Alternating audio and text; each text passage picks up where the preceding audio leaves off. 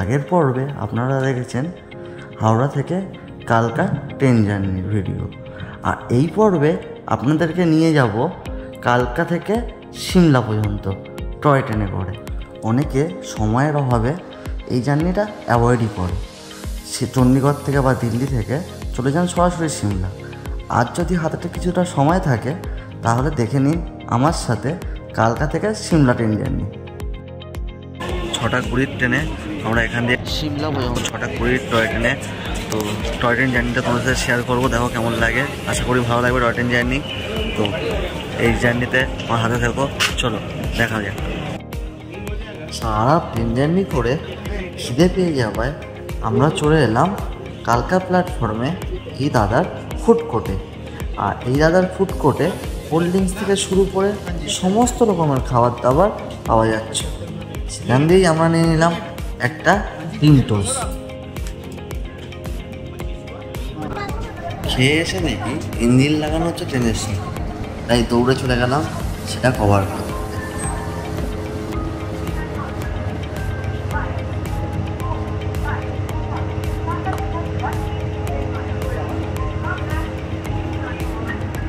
Engine এখন চলে এসছে, ইঞ্জিন এখন লাগানো হবে।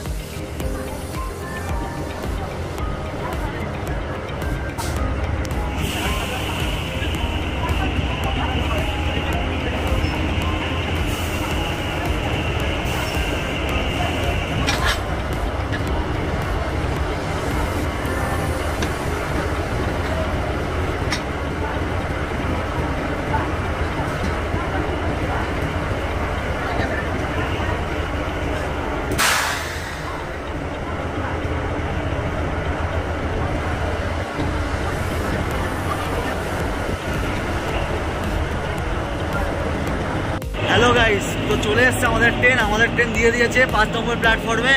এই যে 5 নম্বর প্ল্যাটফর্মে দাঁড়িয়ে আছে, আমাদের ট্রেন দিয়ে দিয়েছে 5 নম্বর প্ল্যাটফর্মে। আর এখান দিয়ে আমরা বুক করেছি 6টা 20 ট্রেন। 6টা 20 ট্রেনে দেখো তোমাদের ভিউটা দেখাচ্ছি। প্রথমেই ওখানে আছে ভিস্তাডোম কোচ, তারপরে এগুলো আছে নর্মাল জেনারেল কোচ জিএস, তারপরে আছে F1 আর আমাদের আছে F2তে আমি যখন যাচ্ছি ওয়াইফ আগেই উঠে গেছে F2তে। তো চলো F2তে গিয়ে দেখা করছি।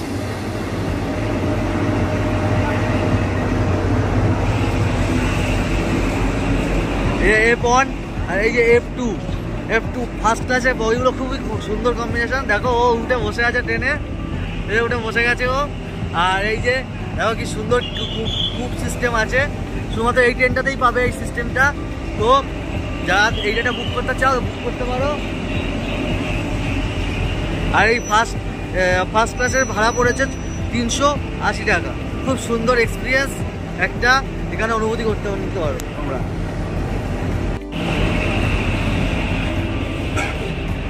এখানে সিট আছে খুব সুন্দর, এখানে একটা আয়নাও দিয়ে দিয়েছে, এখানে ব্যাগ রাখার সুন্দর ব্যবস্থা আছে। আর এখানে খাবার দাবার খেতে পারবে কিছু, এটাকে তোলা যায় না, এখানে জানলা খোলা যায়, কিন্তু ঠান্ডাতে মনে হচ্ছে জানলা খোলা যাবে বলে। তো এখানে সিটগুলো খুব নরম, সফট সিট আছে। এখানে বাথরুম আছে, বাথরুমে একটা বড় আয়না আছে, বেসিন আছে এখানে।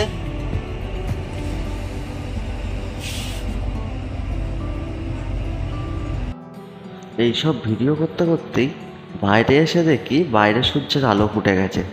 আর সূর্যের আলো ফোটার সাথে সাথে দৃশ্য ধীরে ধীরে পাল্টাতে শুরু হয়েছে।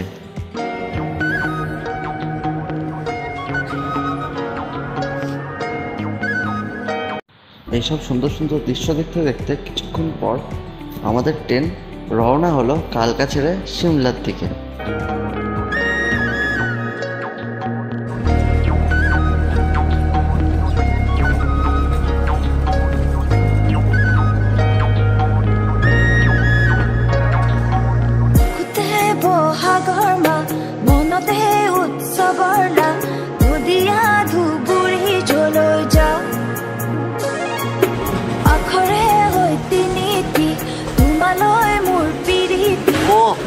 এই দৃশ্যর কোনো তুলনা হবে না।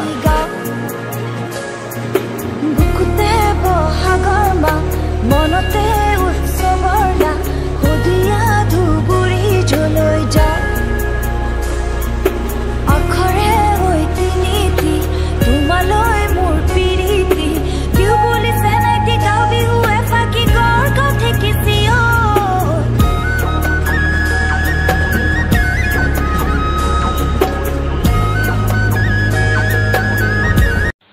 এখন আপনারা স্ক্রিনে যে লাইনটি দেখতে পাচ্ছেন, এটি কালকা সিমলা ন্যারো গেজ লাইন।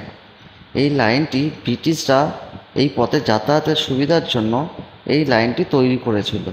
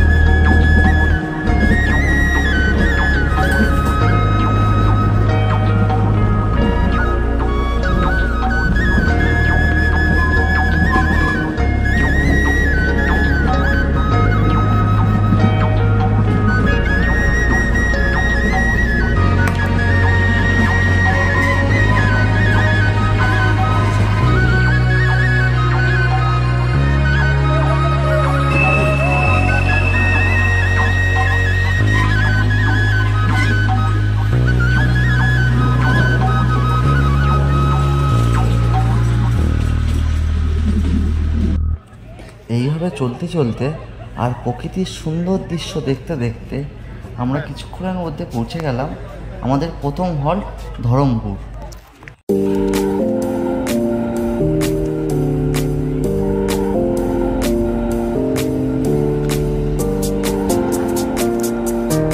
এখানের দৃশ্যটা এতই সুন্দর, কি তুলবো আর কি তুলবো না সেটাই এখন ভেবে বার করতে হচ্ছে। তো এই যে এক্সপিরিয়েন্সটা, এটা চোখে না দেখলে কোন অনুভব করা যাবে না। তোমরা আসো এবং চোখে দেখো এই অনুভবটা, ওই অনুভবটা নাও। আমরা এখন যে টানেলটিতে প্রবেশ করছি, এই টানেলটি বোরাক টানেল নামে পরিচিত। 1898 সালে যখন এই কালকা সিমলা রেলপথ তৈরি হচ্ছিল, তখন এই টানেলটির দায়িত্ব এসে পড়ে কর্নেল বোরাকের হাতে। কর্নেল বোরাক অতি দক্ষতার সাথে এই টানেলটি তৈরি করছিলেন, কিন্তু সমস্যা বাধে তখন যখন এই দুটো টানেলের মাথা একসঙ্গে তিনি জোড়াতে পারছিলেন না। ফলে ওপর থেকে তার প্রেশার আসছিল এবং তিনি এখানে সুইসাইড করে।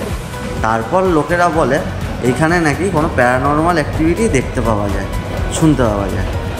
তখন দিয়েই এই টানেলটি কর্নেল বোরাকের নাম অনুসারে এই টানেলটির নাম হয় বোরাক টানেল।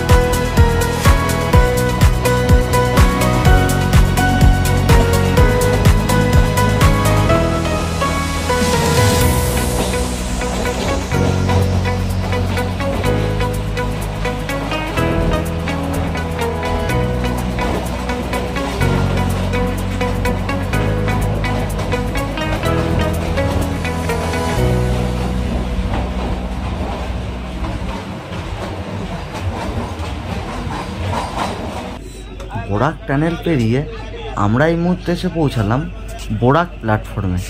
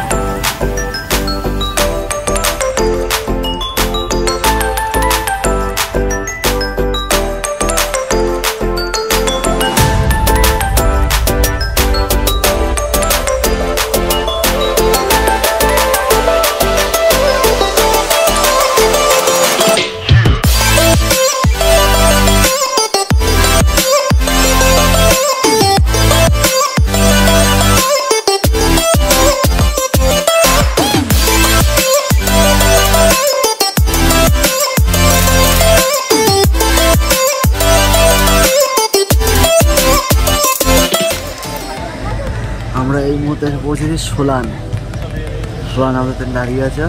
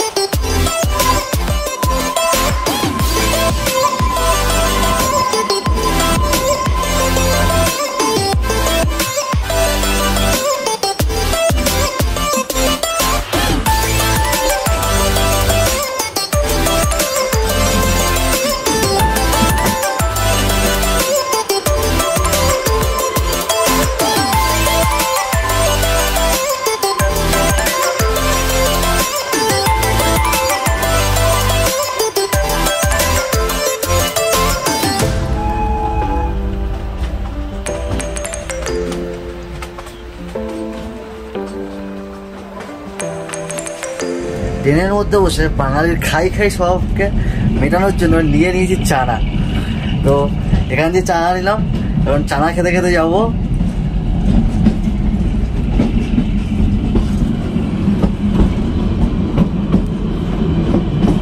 তো গাইস ফাইনালি আমরা চলে এলাম সিমলা প্ল্যাটফর্মে।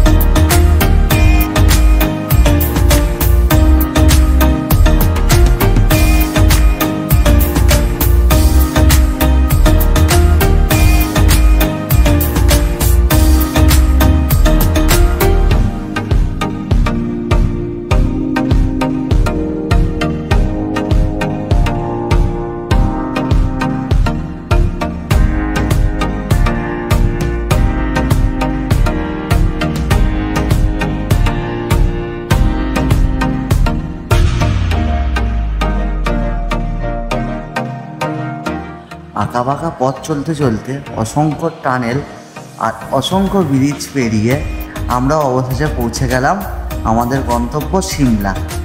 তো সিমলায় নেমে আমরা কি করি, কোথায় যাই, এসব দেখার জন্য আমাদের সাথে থাকো। আগামী পর্বে আবার দেখা হচ্ছে, ততক্ষণ পর্যন্ত টাটা।